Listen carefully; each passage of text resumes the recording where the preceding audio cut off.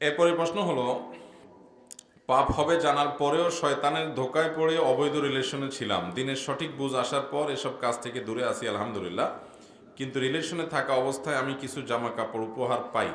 এখন কি আমি এগুলো ব্যবহার করতে পারবো নাকি ফেরত দিয়ে দিব?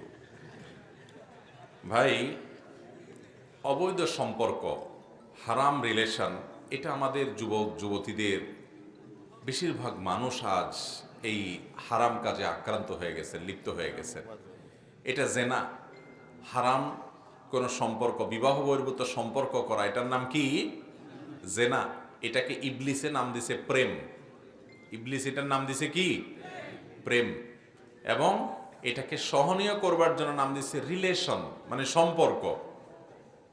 তো ভাইরা আমার, চোরে চোরেও সম্পর্ক হয়, ডাকাইতে ডাকাইতেও সম্পর্ক হয়। তো বিবাহ বহির্ভূত সম্পর্ক, এটা সম্পর্ক বা রিলেশন, প্রেম, নাম যাই দেন না কেন, এটা অবশ্যই জঘন্য গুনাহ এবং হারাম কাজ। মনে রাখবেন, বনি ইসরাইলের ব্যাপারে নবী সাল্লাল্লাহু আলাইহি ওয়াসাল্লাম বলেছেন, ইয়াহুদি জাতির প্রতি সর্বপ্রথম ফিতনা ছিল এ নারীর ফিতনা, অর্থাৎ ছেলেরা অবৈধ সম্পর্কে মেয়েদের সাথে জড়ায় যাবে। এটা দিয়ে তার ঈমান, আমল, ইবাদত, বন্দেগী, আল্লাহমুখিতা, আখিরাতমুখিতা সব বরবাদ হয়ে যাবে। একটা পুরুষের ঈমানি চেতনা ধ্বংস করার জন্য একটা অবৈধ সম্পর্ক যথেষ্ট, একটা মহিলারও সেম।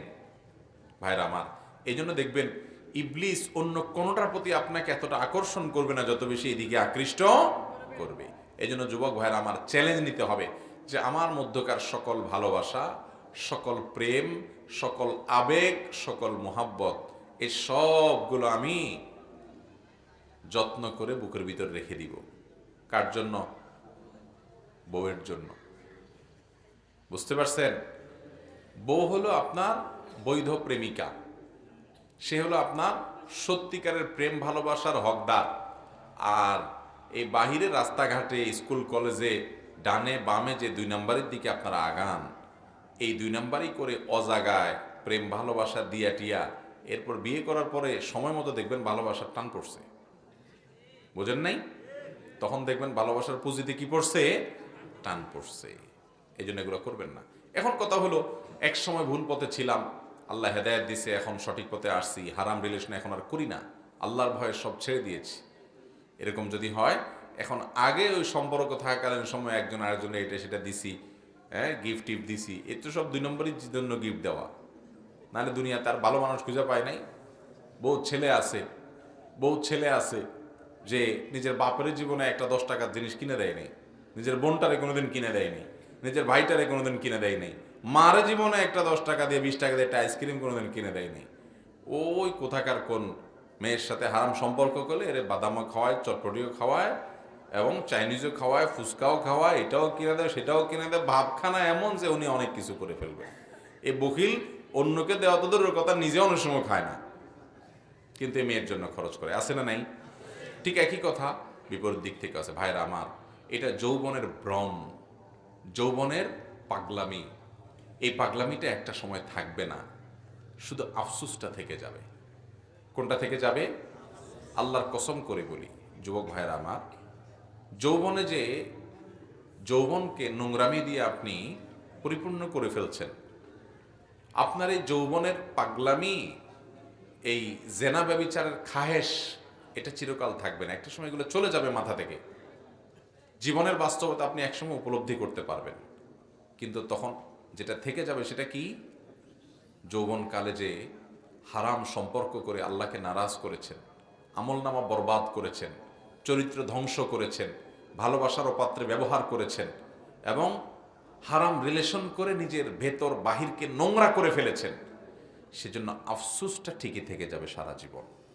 এজন্য বুদ্ধিমান যুবক, বুদ্ধিমান যুবতীরা তাদের যৌবনকে হেফাজত করে অন্যায় থেকে, অশ্লীলতা থেকে। আল্লাহ তাআলা আমাদের যুবক এবং তরুণদেরকে হিম্মত এবং সৎসাহস দান করুন।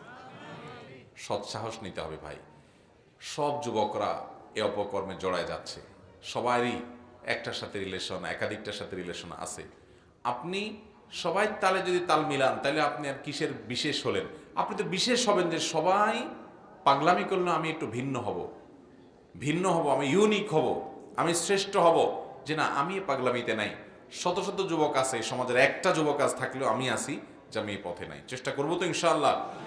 এখন কথা হলো, ওই আগের সময়ে যখন আপনি ভুল পথে ছিলেন তখন যে আদান প্রদান হয়েছে উপহার ইত্যাদি এটা সেটা, তো এইগুলো থাকলে বেশিরভাগ ক্ষেত্রে ওই আবার মনে পড়ে সেই পুরান দিনের অপকর্মের কথা, গুনাহের কথা, জেনার কথা। এই জন্য এগুলো বিক্রি করে ফেলেন না, কাউকে দিয়ে দেন, হ্যাঁ, অথবা পারলে ফেরত দিয়ে দেন।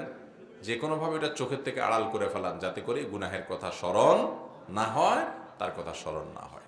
আল্লাহ তাআলা আমাদেরকে সৎ সাহস যেন আমরা অর্জন করতে পারি সেই তৌফিক দান করুন। যুবক ভাইরা আমার, আমাদেরকে সৎ সাহস অর্জন করতে হবে। সৎ সাহস আল্লাহ তাআলা প্রত্যেকের জীবনে জীবন সঙ্গিনী বেঁচে থাকলে আল্লাহ তাআলা দিবেন, রেখে দিয়েছেন।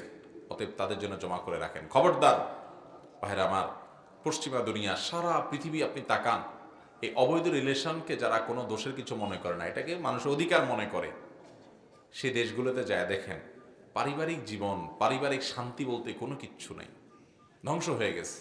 আমাদের মুসলমানদের অন্য কোনো কিছু থাকুক না থাকুক, পারিবারিক রিলেশনটা এটা আমাদের অনেক বড় একটা গর্বের ধন, যেটা পৃথিবীর অন্য কোনো ধর্মের মানুষের মধ্যে এরকম নাই।